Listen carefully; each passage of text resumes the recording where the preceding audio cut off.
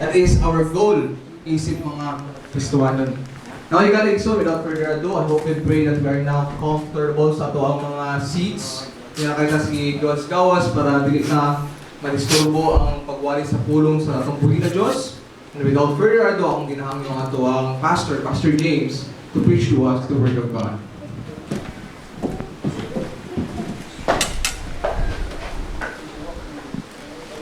Amen. Thank you, choir, for that wonderful song, Called to Make a Difference.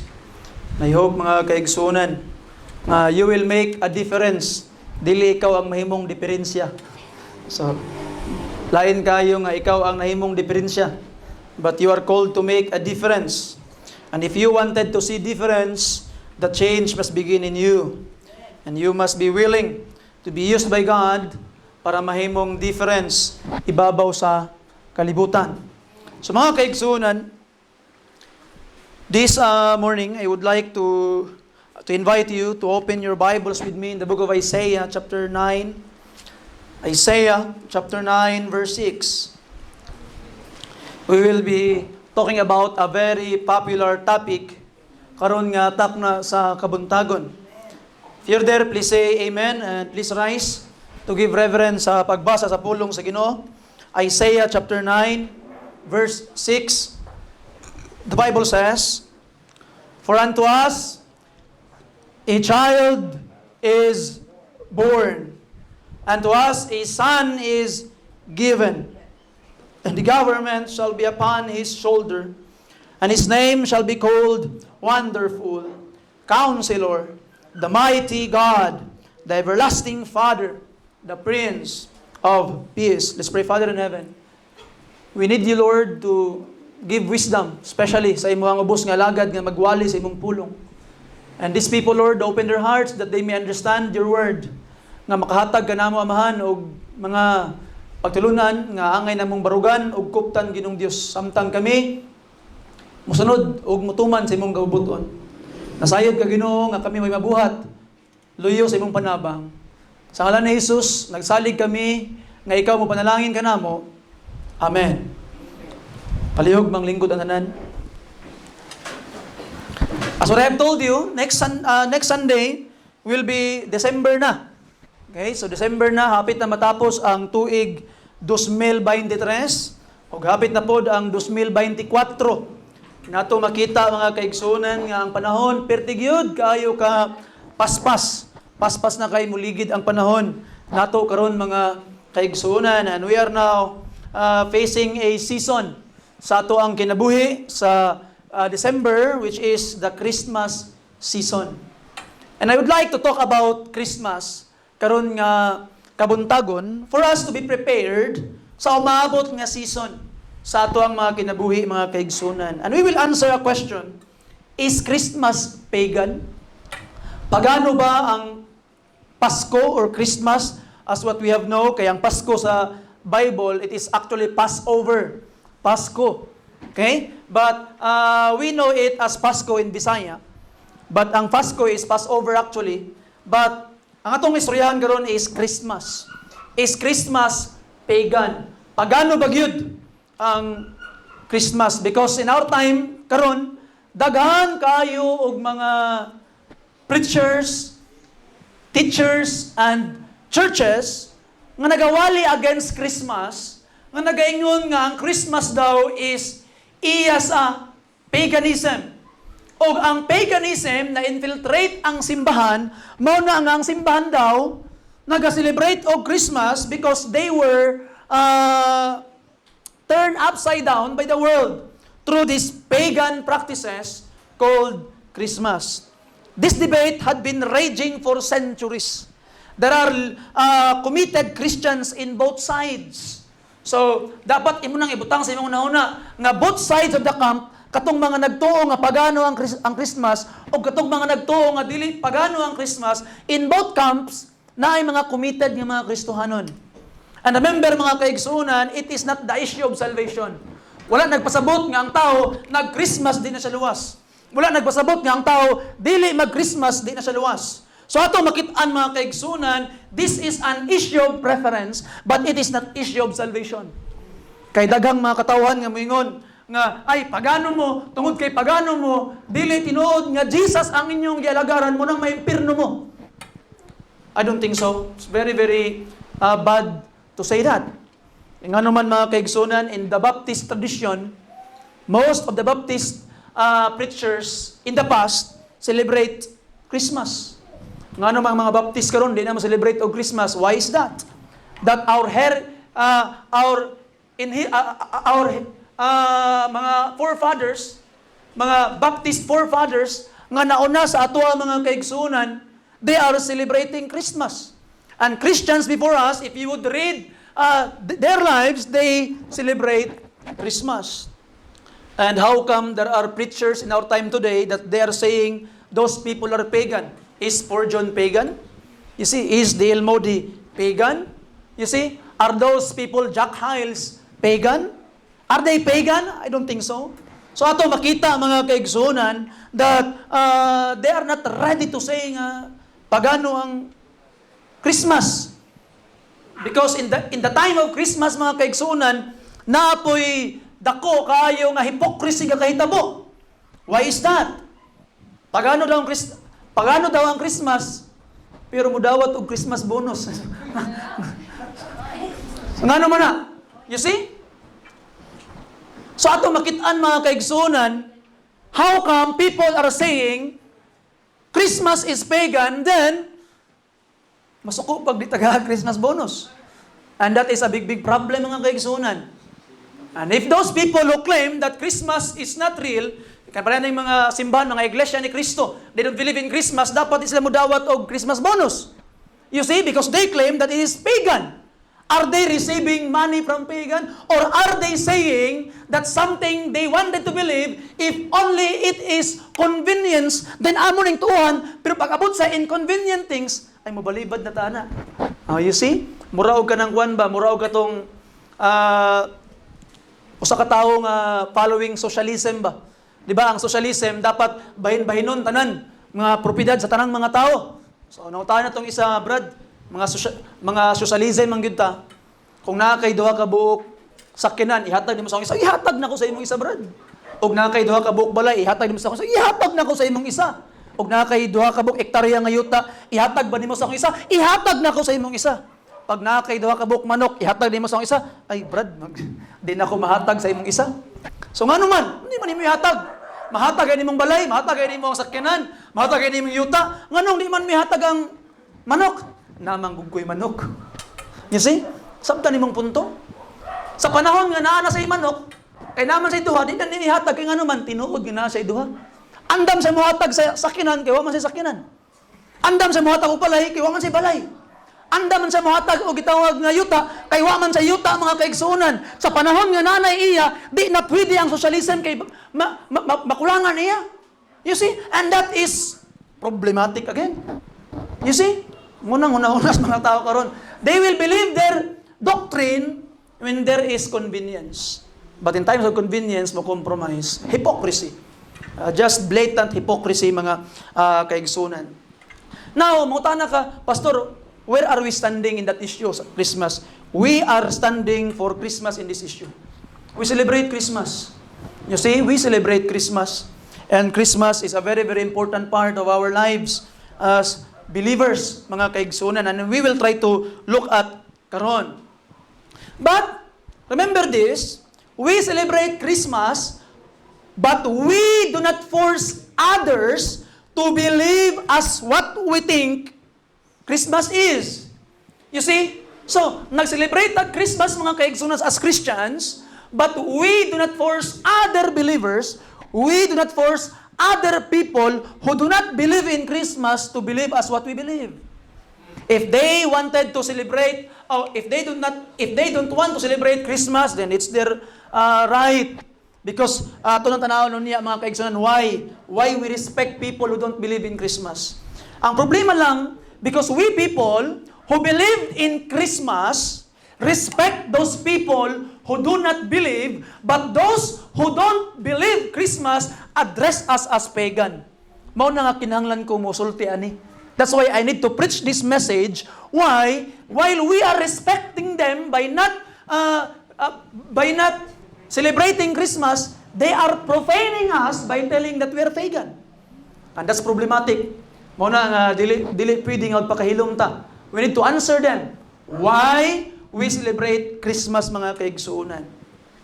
And it is entirely ignorance of true history to believe and assert that Christmas is pagan. Kaniadto, I thought that Christmas is pagan. Pagsimba na ako sa Bible Baptist Church kaniadto, I always, because I was a Catholic, and pagsimba na ako simbahan, tingala ko pagka December, nag-Christmas lagi silang pastor na may Christmas tree, na may mga decoration. Ga-Christmas day, di ba? Pagan man ang Christmas. Why? Because sa dagal ko natungog sa TV, sa radyo, nga ang Christmas, pagano? Then I begin to question.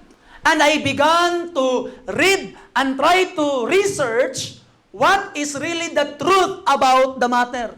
Unsa gyoy kamatuoran, mga kaigsunan, and I came to conclusion that if you would say that Christmas is pagan, it is entirely ignorance of history.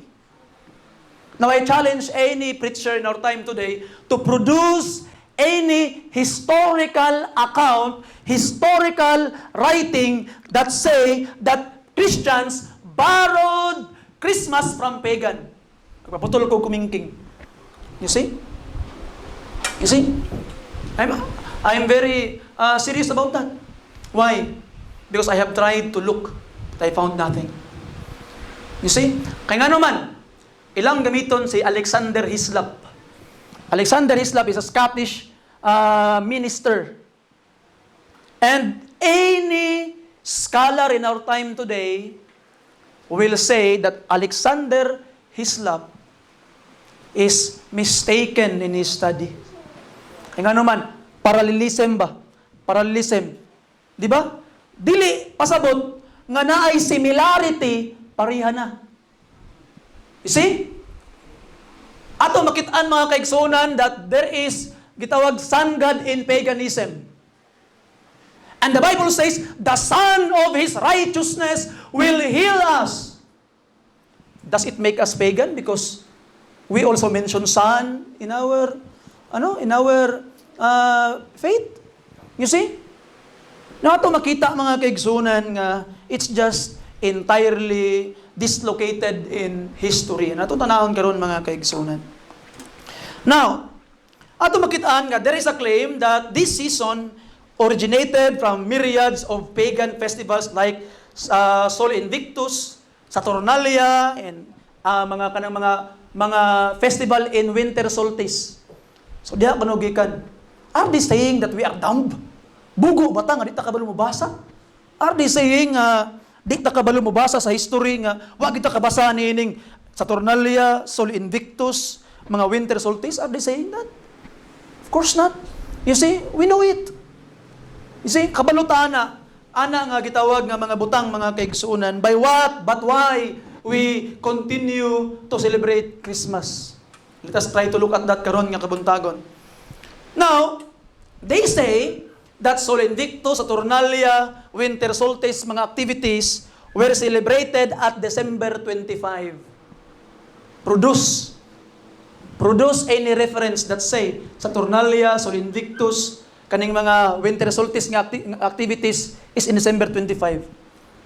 Wag gyud makita bisag isa. Why? Because some of it is December 17. Some of it is December 24 to December 12. You see? So ato makitaan, there is no activity or festival na specifically, according to history, is December 25 yun. Wala. You see?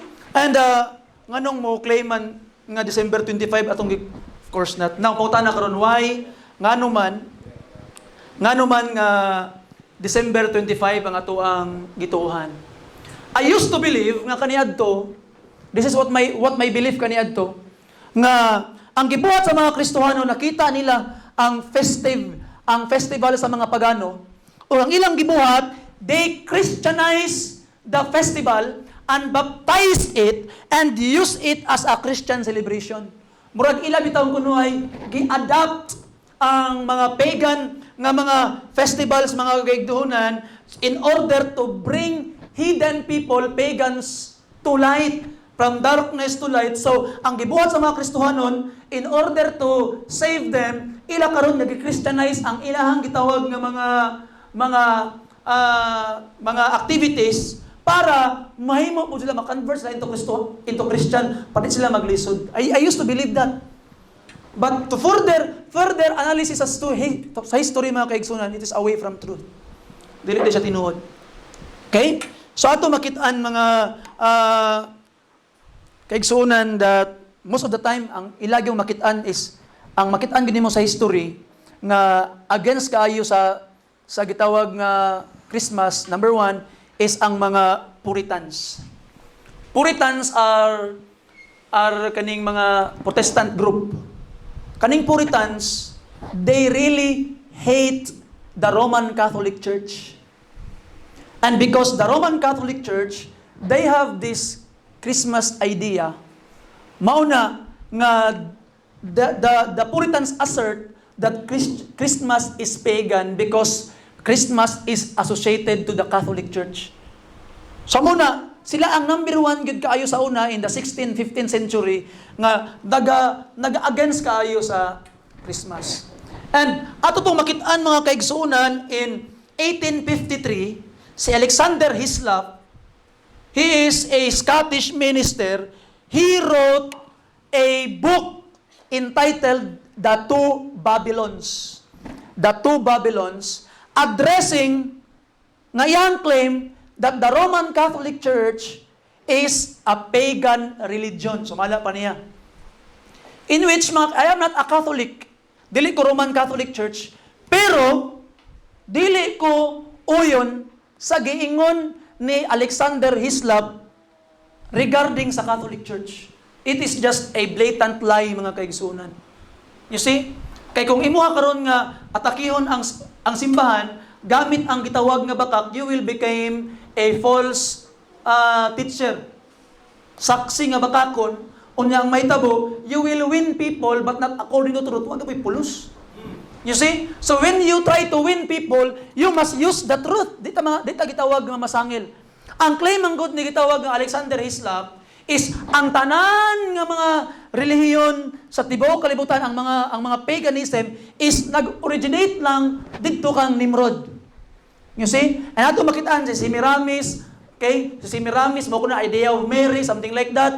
Kana silang Venus, kana silang gitawag nga mga goddess Diana. You can trace them nga si kuan na gitaw na siya, si Semiramis na siya. Si Tamos, mao ang Jesus Christ kuno. And a lot of those things mga kaigsunan nga iyang gi-associate ang mga activities sa simbahan, ang mga ginabuhat sa simbahan, and ugnaay gamay nga kapariha, yan ang ginaingon, mauna, pagano na siya.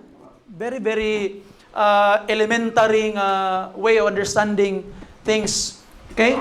And ang iyang gibutang sa iyang libro, a lot of claims, mga claim lang nga claim without references. Matingala ka, and then there are real scholars na nag-study sa mga manuscript. Tingala sila, man niya nakuha. Ano niya nakuha? Sa ato pa, mga buhat-buhat na niya itong mga istorya. You see, so ato makitaan, dili masaligan sa Alexander Hislop when it comes to these things, mga kaigsunan. And I have actually read this book. Okay, kaning gisulat ni The Two Babylons. Ako ni siyang nabasa, gitawag nga, liro gamay ra kaning nga booklet, mga kaigsunan. I have finished it. And kaniadto, grabe kayo, kuyawa rin, inaani rin yung Katoliko sa una. Mong gito akong pagtuo sa una. But ato makitaan mga kaigsunan, the more I dig in, the more I study, I have proven nga walay basis na yung mga claim. Only claim without reference. Bisa sa husgado pa, kung nalang kay mga claim, wala kay ebidensya, di gid madawat. You see? And di ta pwede na mga kaigsunan. Bisan pa og mopabor sa ato ang istorya, kung dili ka matuoran, di gid ta modawat. Kay dapig ta permintes ka matuoran. Nang pangutana karon mga kaigsunan, why what is the real historical record? Number one, why December 25? Nganong December 25 man gyud ang atuang Christmas? Di ba makadungog kog mga preachers kaniadto, kung mag-celebrate mo gitawag nga Christmas no, wa may problema nga mag-celebrate mo Christmas, pero ay lang gid ito nang December 25, pwede man sa January. Pwede man sa November. Nganong makikuban man gid mo sa mga kalibutan. So kaya okay pud kay nga argumento. But why December 25? Put in mind that we did not borrow the date from pagan festivals. Historian Julius Africanus, kani si Julius Africanus mga kaigsuonan, he made an effort, he was a Christian historian, he made an effort to make a chronography sa nahitabo gikan kang Adam paingon sa iyang panahon. Chronography of event, records of history from creation to his own day. Nataw ni si gitawag nga Julius Africanus 160 AD. Sa ato pa naabtan pa niya ang mga disciples sa mga apostles. Okay, so duol-duol pa siya sa 1st century. Kani si gitawag nga Julius Africanus mga kaigsuonan. So kung mangutana ka sa unsay mga panghitabo kaniadto, siya gyud ang murag mas nakabalo. Kay ngano man, duol man sa didto. You see, nganong motuo man ka kang Alexander Hislop, nga si Alexander Hislop is 18th century naman siya nagsugod og istorya. Kani siya, he is in the 2nd century and in the early 3rd century. Namatay siya 240 AD. Si gitawag nga Julius Africanus. Unsa man ang giingon ni Julius Africanus? According to the study of Julius Africanus, in his study in the book of Mark and in the book of Matthew and the book of Luke, he concluded nga natawo si Jesus Christ in March 25. March 25. Siya gitawag nga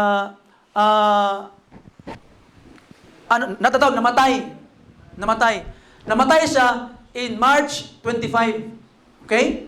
Mabitaw na karon nga kanang Semana Santa na sa Marso dapit. Okay? Kay namatay siya March 25. And there is a belief kaniadto when a prophet is born, natawo ang gitawag nga prophet 9 months mupudto ang adlaw sa iyang kamatayon. So namatay si gitawag nga Jesus Christ according to his study March 25, muatras kag 9 months and it will be December 25. So siya ang pinakauna nga writings nga atong makita nga nagsulti that Jesus Christ was born in December 25. You see? So ato makitaan nga Christians did not borrow from pagans. Christians already have idea before that December 25 is the birth of Christ. Si Hippolytus of Rome. Hippolytus of Rome, he was in 236 AD. Okay? 236 AD. He was a theologian. And he wrote a commentary on the book of Daniel. Tanaway ang claim, akong gi-quote yun, na ko'y kanang kuhan, nagid ko'y kanang murag PDF sa akong phone, ang tibok niyang komentary sa Book of Daniel, gipangitaan ako, ang nakabutang sa Book 4, 23.3. Book 4, 23.3, komentary ni Hippolytus, a church father, sa Book of Daniel. Tanaway ang gingon, for the first advent of our Lord in the flesh, when He was born in Bethlehem, December 25, Wednesday, while Augustus was in his 42nd year. So, klaro pa, gapil may adlaw, Wednesday ko, no? Okay? Was in his 42nd year, but from Adam, 5,500 years. So, malam pa niya, Jesus Christ was born 5,500 years from Adam. He suffered in the 33rd year, March 25, Friday, the 18th year of Tiberius Caesar, while Rufus and Rubilion were consuls. You see? So ato makita mga kaigsuunan that even a church father, they already know and even in their writings claim that Christ was born in December 25. Si John Chrysostom in AD 386 described that Christmas being celebrated in December 25 is a long-time religion found in the homilies of Chrysostom on the date of Christmas. And napoy gitawag nga Pelocalian calendar on 354 AD listed Christmas on December 25. You see, so, based on history mga kaigsunan, it is already claimed by Christians, wala pa nang nagsikat ng ubang mga pagan activity. December 25 mga kaigsunan is already a Christian holiday. Now ato makita mga kaigsunan, the claim is ang Kristohanon ni baro siya sa gitawag nga pagans. Pero bali di ay. Ang nahitabo day mga kaigsunan, at this time, paganism is dying. Paganism is unpopular. Dying religion na, ready to vanish and ready to go away. Murag unwise kaayo para sa Christianity, which is a growing religion. At this time, Christianity is growing. Paspas kayo ang pagtubo sa Christianity, mga kaigsunan, nganong mubaro man siya idea sa usa ka dying religion? Of course not, dili. Ang naitabo kanya ito, mga kaigsunan, in the efforts of the pagan to preserve their religion, they tried to imitate the Christian festival. Sila karon ang nanundog diay sa Christianity, dili ang Christianity ang nanundog sa paganism. Bali mga kaigsunan imong tanawon. You see? And now karon, that is the historical perspective. Okay? If you would trace saan pagkamo, wala na ako ipanglista. Kaninang kadlawon, I have tried to research to confirm any sa Google o any mga kaning mga articles kung unsa gid ang date aning mga Solindictus, mga Saturnalia, mga winter solstice, ang wala gid date sa isa December 25. So December 25 is unique to us Christians. Now, number 2, why we celebrate Christmas in the Bible perspective? Sa Bible perspective ta. In Luke chapter 2 verse 10 to 11 mga kaigsunan, open your Bibles there. Luke chapter 2 verse 10 to 11. Unsa man giingon sa pulong sa atong Ginoo? And the angel said unto them, fear not, for behold, I bring you good tidings of great joy, which shall be to all what people. For unto you is born this day in the city of David a Savior, which is Christ the Lord. Now ato makitaan mga kaigsunan, the angel described the birth of Jesus as a glad tidings. Maayong balita.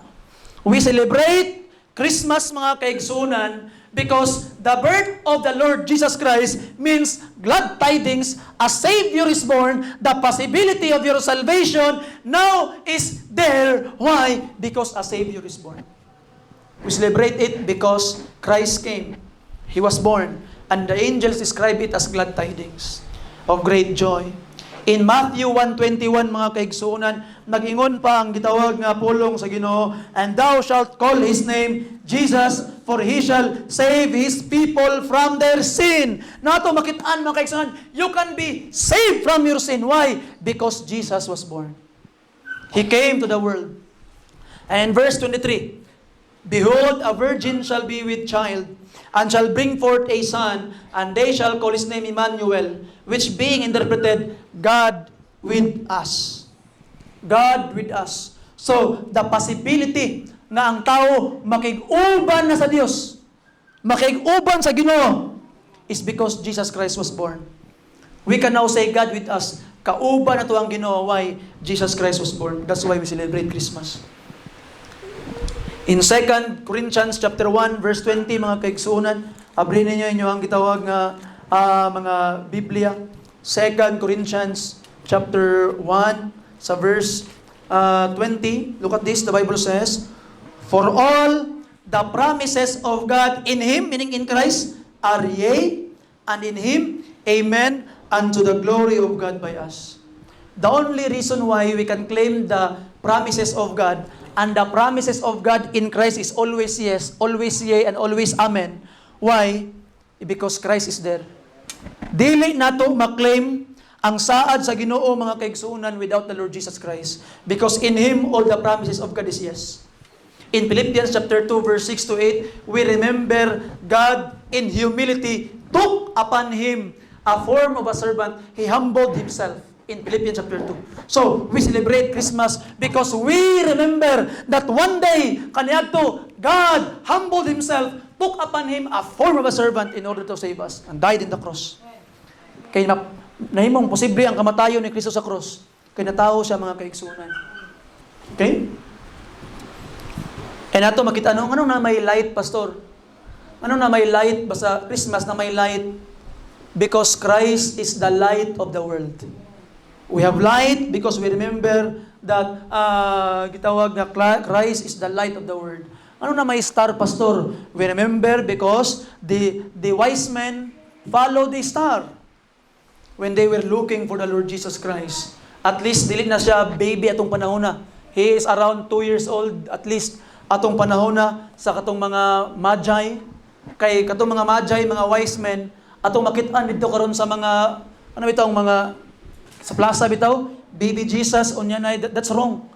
Dili na baby si Jesus, o wala na siya dito sa sabsaban. Wala na siya sa kuweba. They are already in the house as what Luke described, mga kaigsunan. And scholars suggest that Jesus Christ at this time is around 2 years old na. Okay? Nasa sa mga 2 years old. Na ato makitaan din na siya baby, atong katubitong gamay pa kayong bata, niya na pa yung mga mananap. So it is misinterpretation of the Bible. Kato nga mga kuhan. Okay? Ngano na may regalo?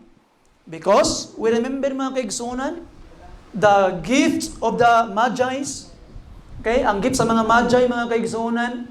And they have given the gift to the greatest gift of all, which is the Lord Jesus Christ. Amen. Greatest gift of all. Ngano na mga green? Ngano na may mga kahoy, Pastor? Nga kanang gitawag nga mga green. Sumala pa kanang the book of Jeremiah. Namo kay nakabutang sa book of Jeremiah, niputol sa kahoy, unya iyadeng gibudekorasyon ng kahoy.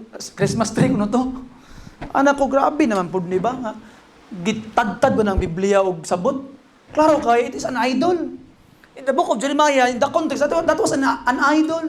Sa kadiyos-diyos nga gihimo og tawo, nya gisininahan. Ano himon mang Christmas tree? Unya ko no Christmas tree ko no kay nabutangan ko nimo regalo, nag-offer ko no kag regalo sa kahoy. Kuya gayog association, parallelism. Very very wrong. Naman na may greens. Why? Because green signifies eternal life or life.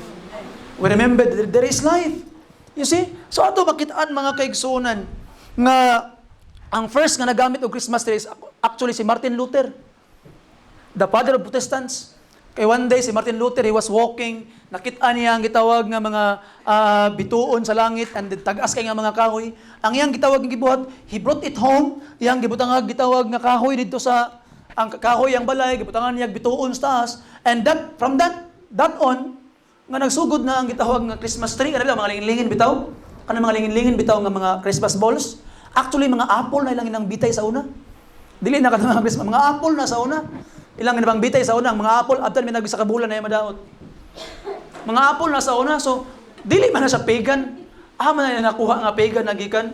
You see, so it entirely gitawag nga murag ang mga tao mahimo na sila og gitawag nga false teachers og mga false accusers.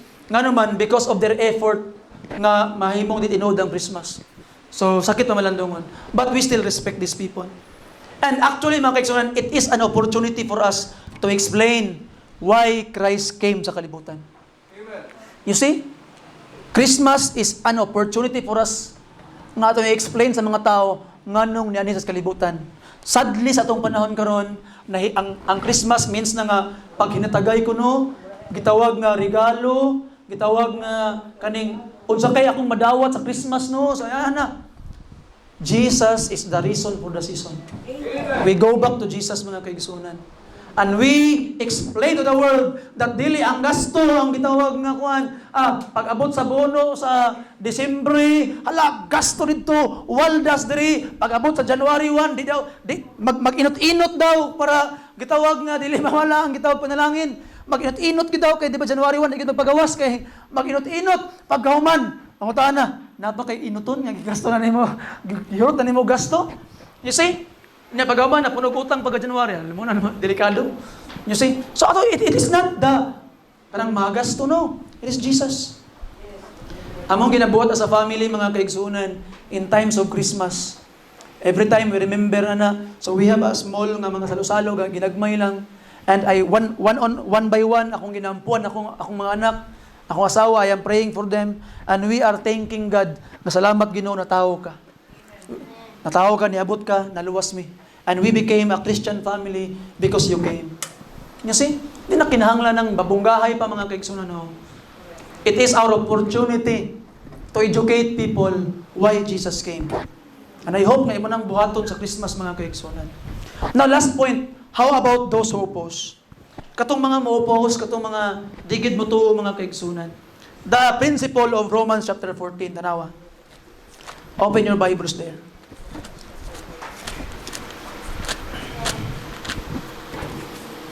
Okay? Unsa man ang principle diri? Verse 5 and verse 6. One man, Romans 14, verse 5 and 6. One man esteemeth one day above another. So ginahuna niya kaning adlaw mas importante sa uban. Another esteemeth a day alike, pareha ra mga adlaw para sa ako kada adlaw Christmas. Para sa ako kada adlaw ting simba. Sa ako Sabado gyud, sa ako Domingo gyud, sa ako Christmas gyud, sa ako kada adlaw Christmas, kada araw-araw Pasko. Mutana pa ko kung araw-araw Pasko, kada adlaw mo mag Noche Buena. Kada adlaw ko tagag regalo, aman akong regalo Pasko manggaron. Malagi. Hindi araw-araw Pasko. You see? So mali gapon. So ato makita mga kaigsuonan nga ato makitaan when you say araw-araw Pasko, maybe araw-araw magpasalamat ka nga Jesus Christ came. And that's a good one. You see? Na ato magbalikan. The Bible says, another estimate every day alike. Look at this. Let every man be fully persuaded in his what? It is matters of personal preferences. Kung nasa inyo ha karon diri mo barugid mo pasto, di ko mag-Christmas pastor. Di ko magbuot sa imo ha. You see? Kay ngano man. Kaya ang giingon sa verse 14, I know and I'm persuaded by the Lord Jesus that there is nothing unclean of what? But to him that esteemeth anything to be unclean, to him it is. Kung ginahuna nimo karon convicted gyud ka nga ang Christmas di gyud mao, o nya mag-Christmas ka, to you it is unclean. You see? Hugaw ang Christmas para sa imo ha. If you really think nga di gyud maayo, din hugaw na para sa imo ha. You see? Ito imong bono, hugaw to, hatag sa kuha. Binuang lang. You see? Pag naay mo hatag sa imong regalo, ipadayon lang diri kay hugaw ni hatag lang ka pastor kay. You see? So ato makita ang mga kaigsuonan nga gitawag nga if you think that is unclean, it will be unclean for you. You see? Parang pagkaon na baboy. Ang mga SD, di magkakaog baboy, di ba? Pero ikaw karon baptist ka. Halak ka, ang baboy gido makasala gugumukaon ko. Because you think that it is sin. Sala to para sa imo gumukaon ka. Why? You don't have the knowledge. You see? So, ato makita mga kaigsuonan nga if muna, how about those people nga who oppose? They have the right to oppose, but they don't have the right to say nga mga pagano ta. Katanawa ang giingon sa pulong sa Ginoo. Again, Romans chapter 14 tong padayon pagbasa. Verse 6. He that regarded the day, regarded it what? To the Lord. Iyan ang gibantayan nga adlaw, iyan ang gibantayan para sa Ginoo. And he that regarded not the day, to the Lord, he that not regard it. So katong mga nag-claim nga gitawag nga walay Christmas, para man sa Ginoo ilang ginabuhat. He that eateth to the Lord, for he giveth thanks, and he that eateth not to the Lord, he eateth and giveth God thanks. Verse 7, for none of us liveth to himself, and no man dieth of himself. So atong gitawag nga makita mga kaigsunan, we must be persuaded with our own mind. Kung para nimo nga tama, walay problema, then go on, continue. Kung para nimo nga mali, then go on, continue. But you don't have the right to judge the other people who are regarding Christmas as a special day. Mo lang na. You see? So, pag naay mga Christians nga dili sila mag-Christmas, dito makiglalis nila, ilapod na. But they don't have the right to say that we are pagan. Kung may sila nga pagan ta, then prove it. Prove it. And if you can prove it, then reg mo sunod mi sa inyo. But if you cannot prove it, then you need to admit that you're a liar. You see? So ato makitaan. Now mga kaigsunan, as we end our lesson karon.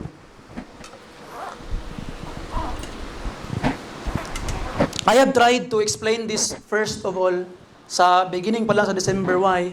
Para in the following Sundays, I will be focusing on expounding the Bible about those things. Kay dili ko makafocus o expound sa Bible kung naani nga mga issue in our mind. So I hope it made clear. But mga kaigsunan,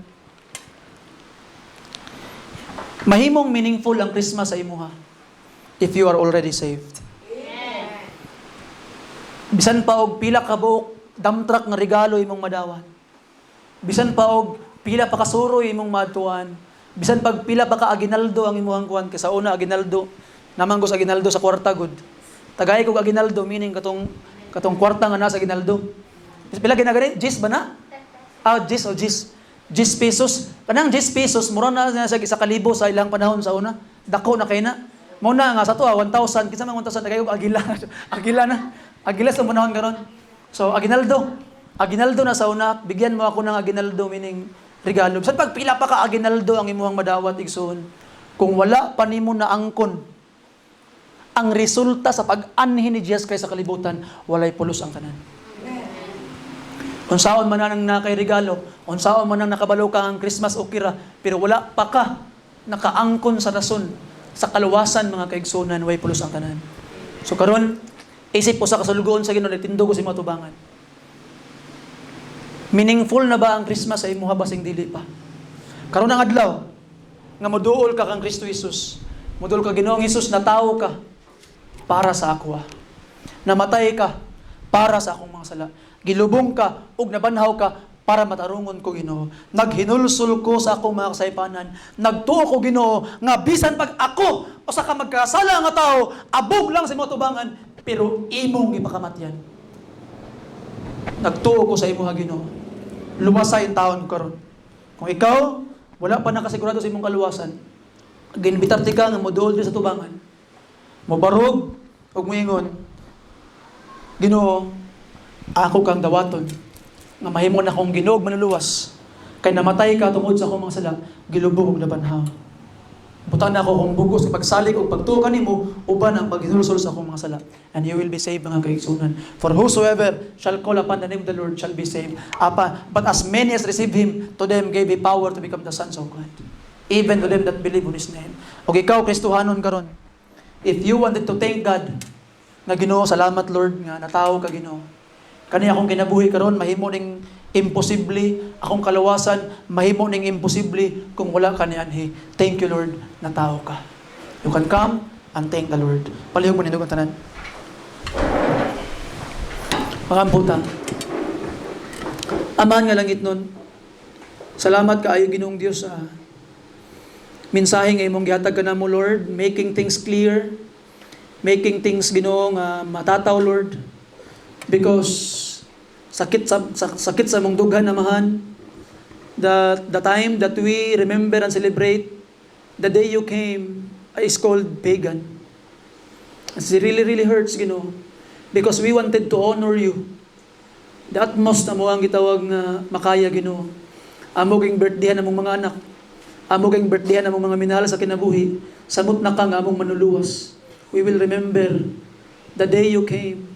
We celebrate birthday Ginoo because we remember that the day those people we love came sa mong mga kinabuhi. And we celebrate Christmas Lord because we remember the day that you came to the world to save sinners like us. So Ginoo, panalangin niyang matagusa karon. Kung wala pa naluwas amahan, luwasa sila Ginoong Dios. Og himua nga meaningful na ang Christmas silang kinabuhi. Tungod kay naluwas sila Ginoong Dios. Nahimo nang naipurpose imong pagkatao. Kaya wa ka na tao, di ka mamatay. O wa ka namatay, di mabayaran ng mga sala. And because of it, Ginoong Diyos na save me. So Lord, thank you, Ginoo. Bless these people as we sing our invitation karon Ginoo. Touch their hearts. Move them. In Jesus' name, amen. What song, Brother Lawrence? So only trust Him. So Igsoon, as we sing, I invite you to come. Only trust Him. Salig lamang. Saligi si Jesus Christ karon.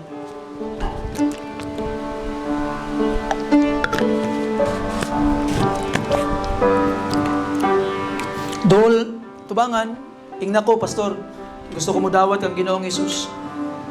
Gusto na ako, ipakita nga nagtuo, nagsalig ko sa iya. And if you're a Christian today, you wanted to give thanks sa Ginoo nga natao siya, and you have received blessings in this season, you can come forward, get out from your seats, and you can come here sa tubangan and kneel down ug pasalamati ang Ginoo. Verse 1, please.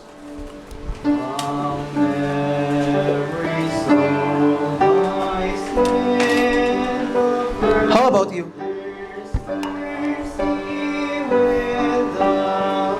Natao siya para sa imuha, igsoon. He was born for you. Kung namang galing tao nga makaingon ka nga ng tao para sa imuha, it is Jesus. Natao siya para sa imuha, para luwason ka gikan sa iyong mga sala. Believe on Him. Trust Him now. How about you? Will you come and put your trust in Jesus? Come and humble down yourself before God. He will save you. Luwason ka niya, igsoon.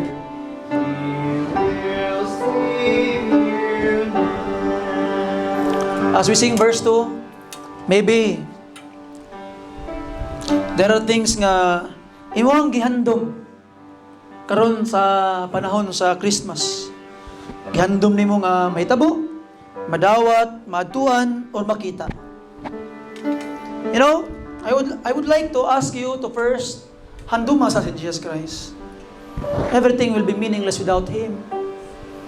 And after that you have found Jesus imong kinabuhi, I know that He will provide whatever you need. He will provide whatever you want, if it is according to His will. As we sing verse 2, para ni sa imo haigsoon, you come. For Jesus shed How about you? His precious blood, Will you come and surrender yourself to Jesus? still bears Ayaw ka ulaw? now into the crimson Come flood that washes white as snow. and submit yourself to Jesus. Only trust Him now. Trust Him now. He will save you. He will save you. He will save you. He will save you now. As we sing the last verse, whatsoever thing gusto nimo i-storya sa Ginoo, I know that you have a personal relationship with God, with Christ. So isip imuhang Ginoo, imong higala, imong manuluwas. What are the things you wanted to tell Him now? It's your time. Sultihi siya, storya siya. Last verse, please. Yes, Jesus.